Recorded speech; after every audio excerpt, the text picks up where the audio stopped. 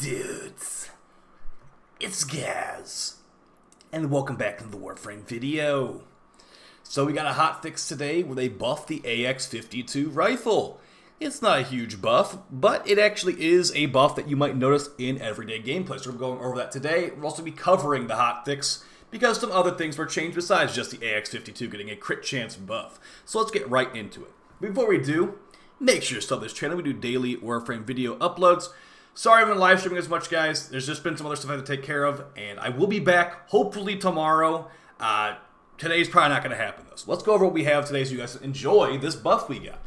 Alright, so it's going to be for the AX-52, and so what basically happened is there was a glitch with the AX-52 where it was making some abilities get crits that weren't supposed to, and as compensation for them removing that glitch, they've actually buffed the overall perk of the AX-52's crit chance on headshots. So just going over what was changed, just go ahead and show what the AX-52 even does with its special ability. And of course, yeah, I'm going to show some builds too. We'll show it in the simulacrum here. But yeah, the unique trait, hip-fired shots have 60% ammo efficiency, so they drain less ammo per magazine. And aimed headshots have a 400% critical chance. So what that means, and by the way, this is what changed too. The aimed headshots thing is what got changed in these patch notes. So going over the AX-52 right here. The headshot mechanic to stack multiplicatively instead of additive when applying the critical chance buff.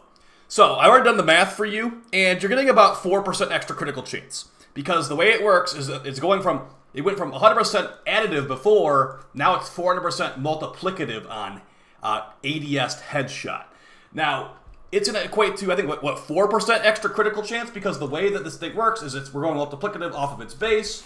This thing has 26% crit chance at base. So 40% of that would be 104% crit chance. So you went from 100% crit chance to 104% crit chance on the AX-52. Now what does that do for us? Not a whole lot. We're at 78% right now. So you jam another 104 on there, you know, you're sitting pretty nice, like 180 something. So you jam on Avenger, you're going to be at basically guaranteed red crits. If you care about guaranteed red crits, that is. Not everyone doesn't care about that, but yeah, we've got a cold Hunter Predictions build right here, and I've also got I am going to be planning to do this on level 10,000 very soon, but I keep just not being able to stream, so here's what I'm going to probably use it for level 10,000, a corrosive, just pure crit build, no status here, basically. And I've got Hush, because I've been using it on Ivara with her Dash Wire Augment for even more crit, so let's just go over what we have right now. Let's see what build we're going to show. Let's show this one, because that's the one I'm going to be showing in a future video. So, yeah, corrosive build. And we've also got Arcane Rage for increased damage on headshots. I think we're jamming a lot of damage here, to be fair. So let's see how nasty it is with these changes. We're going to go over the rest of the patch note stuff here in a second. Alright, so let's see what we got. We got some arrowhead heavy gunners. And let's get some, like, corrupted gunners, actually. Let's get some Eximus versions of them. And, yeah, no Riven, obviously, because this thing has really low Riven stats. And we're not going to cast any buffs on the first couple of enemies. Okay, so as you can see, with no Vigilante, we're hitting pretty much all oranges. If we had Vigilante out here, we'd be hitting lots of reds. Okay, so a couple enemies down. Pretty good, I'd say. Now, I have ADSing for all this, and of course, you don't get that crit chance buff when you're hip firing, but you can fire the gun for longer. So even without the crit chance buff while aiming, it does pretty well on these Eximus corrupted gunners. Alright, so let's throw in a couple of buffs and see how nasty this thing can really be. I'm going to cast a Nourish ability from Grendel. I'm going to use the Dash Wire Augment from Ivara for increased critical damage. And we're also going to, let's just throw in a headshot multiplier from Ivara's 3 as well. This should be disgusting. And Count Kirby debuffs me. Okay, well, it should be about 1 bullet to kill these guys with these buffs. I think technically Count Kirby buffed me because this thing is not guaranteed orange crits. It's almost guaranteed orange crits, but I think Count Kirby might be taking away some of my reds.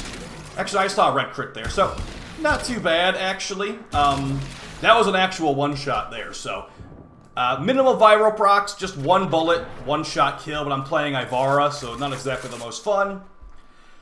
So yeah, the buff is going to be not super noticeable, but maybe, it will be a more consistency buff. You're going to be getting more orange crit consistency with this. Now let's go over the cold proc Hunter Predictions build, and we'll go over the rest of these patch note changes.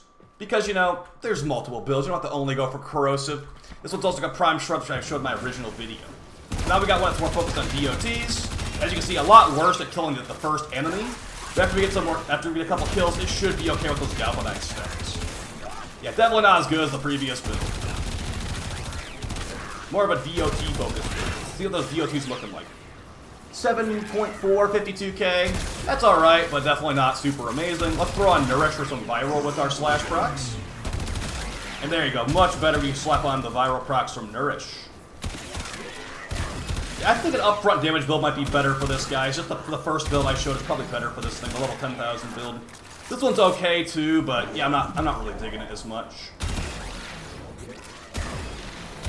Okay, I mean it's still got really good damage when you get like the crits to line up nicely. 500k, you know, like this is a good weapon.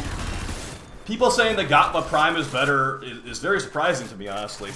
But hey, you know, you're allowed to have your opinion. It is purely puncture, just like the Gatva Prime. All right, let's go over the rest of the patch note changes here. And there's not a whole lot more. The biggest one is the AX-52 buffs. But we have here the so cross-platform save changes.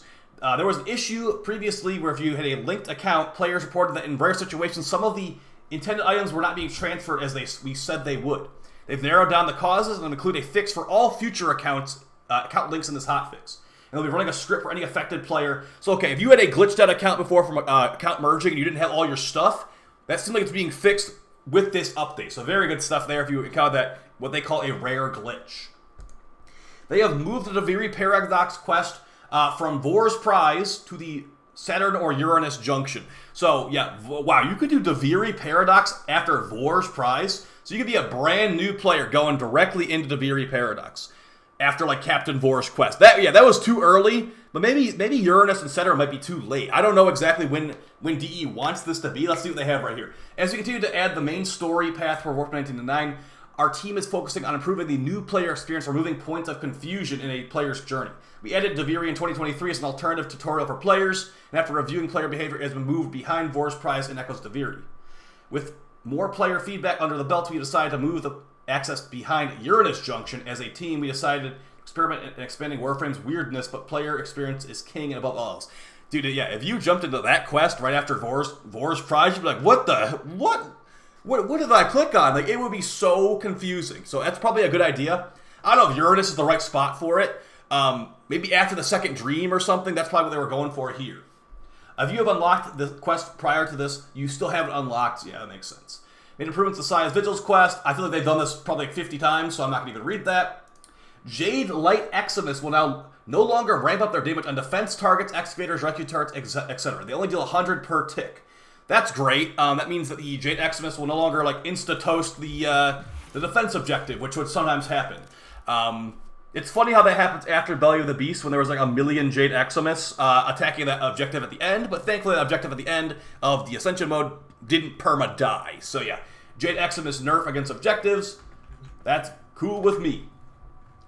We already went with the AX-52 changes. It is overall a buff, but if you're using the Zata's Whisper glitch, your glitch got patched out, so congratulations.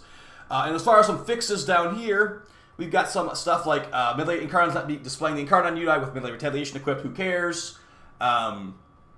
Fixed Archons not using the proper Narmer weakness and resistance. As a refresher, the Narmer vulnerabilities are vulnerable to Slash and Toxin and resistant to Magnetic.